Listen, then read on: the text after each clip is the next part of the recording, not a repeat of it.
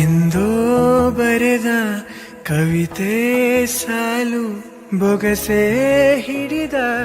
ಮಳೆಯ ನೀರು ಊರ ದಾರಿ ಬೀಸೋ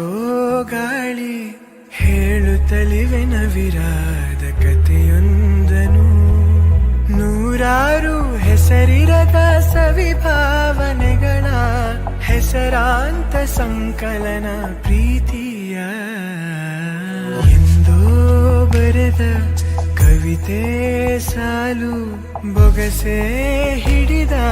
ಮಳೆಯ ನೀರು